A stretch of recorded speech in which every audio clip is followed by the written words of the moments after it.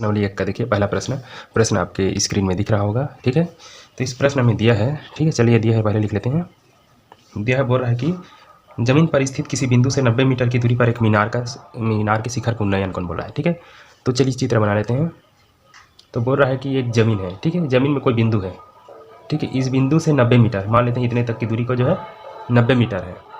ठीक है, तो इस बिंदु पर एक कोई मीनार है। ठीक है, तो हम ऐसे मान लेते हैं कोई मीनार है। ठीक है, ऐसी लाइन की जैसे मानना है, ऐसे मीनार का चित्र नहीं बना लेना है। ठीक है, ऐसे ऐसे मीनार वगैरह नहीं बनाना है, बस चित्र बना लो ये मीनार है करके। ठीक है, बोल रहा है कि शिखर का उन्नयन कोण 30 अंश है। मतलब उन्नयन कोण किसे कहते हैं। ठीक है, उन्नयन कोण ना कोई भी रहता है उसके ऊपर का जमीन के साथ जो कोण बनाता है, ठीक है, ऊंचाई का नीचे के साथ, उसी को उन्नयन कोण कहते हैं। यानी कि कोई मीनार है, खंभा है, पेड़ है, तो उसके लास्ट ऊपर का जमीन के कोई भी बिंदु के साथ जो कोण बन रहा है वही उन्नयन कोण है। ठीक है, तो देखिए इसी यहाँ पर एक मीनार बोल रहा है, तो मीनार का इस बिंदु के साथ उन्नयन कोण 30 अंश दिया है।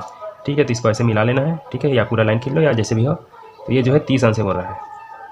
तो चलिए इसको नाम दे देते हैं, इसको ए मान लेते हैं, इसको बी मान लेते हैं, तो ये जो है सी मान लेते हैं। ठीक है, तो दिया है, ठीक है, उन्नयन कोण दिया हुआ है, उन्नयन कोण दिया है, क्या है वो, ए सी बी बराबर दिया है 30 अंश। ठीक है, और हमें जो है बिंदु से उसकी दूरी दिया है 90 मीटर, मतलब सी बी लिख सकते हैं, सी बी बराबर 90 मीटर।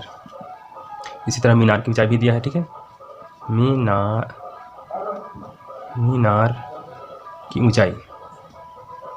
की ऊंचाई ए बी बराबर हमें यही निकालना है। ठीक है, मीनार की ऊंचाई याद कीजिए बोल रहा है, तो यही हमें निकालना है, इसको एच मान लेते हैं। ठीक है, तो देखिए इसमें कौन सा निकालेंगे त्रिकोणमिति का, तो देखिए हमें ऊंचाई निकालना है। ठीक है, एच का मान निकालना है, और हमें ये 90 मीटर नीचे का दिया हुआ है।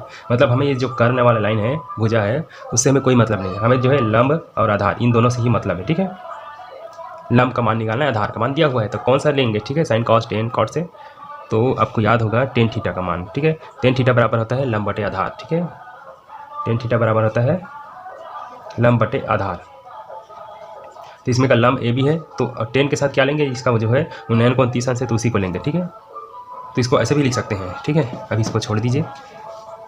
त्रिभुज ए बी सी में, ठीक है, ये त्रिभुज ए बी सी में 10 30 अंश, इसको ले रहे हैं 10 30 अंश बराबर होता है लंब बटे आधार। तो लंब क्या है, ए बी है, आधार क्या है, सी बी।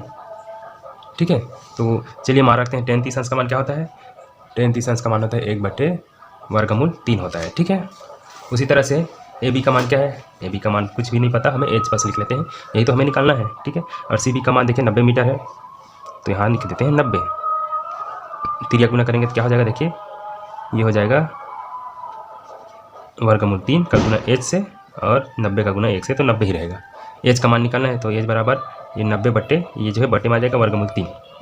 इसको क्या लिख सकते हैं, नीचे का वर्गमूल 3 कटाना है, तो क्या करेंगे, इसको हम जैसे लिख सकते हैं 3 गुना 30 है ना, 3 गुना 30, 30 और 3 का गुना करेंगे तो 90 आ जाएगा वापस। तो एच बराबर इस 3 को क्या लिख सकते हैं, जो 3 सिंगल है उसको हम वर्गमूल 3 करके 2 बार लिख सकते हैं, अधर 30। ठीक है, 30 का 30 लिख दिए, ये 3 है उसको 2 बार वर्गमूल 3 करके लिख दिया। इससे जो है वापस यही आएगा। ठीक है, जब भी 2 वर्गमूल 3 का गुना होगा तो वर्गमूल कट जाता है, वापस 3 मिलता है। तो यहाँ से देखिए एक कट गया, क्या मिला हमें, एच का मान मिलेगा। इस 30 को सामने लिख लेता है, ऐसे 30 वर्गमूल 3। ये जो है इसको हम लोग जो है मीटर में लिख सकते हैं इसे, क्योंकि उसका जो आधार है वो मीटर में दिया है इसलिए। ठीक है, यही इसका आंसर है। इस तरह से बनाया जाता है, बहुत ही सरल है, आसान है। वीडियो अच्छा लगा तो लाइक कर दो, चैनल को सब्सक्राइब तो आप करेंगे ही है। मिलते हैं और भी वीडियो के साथ।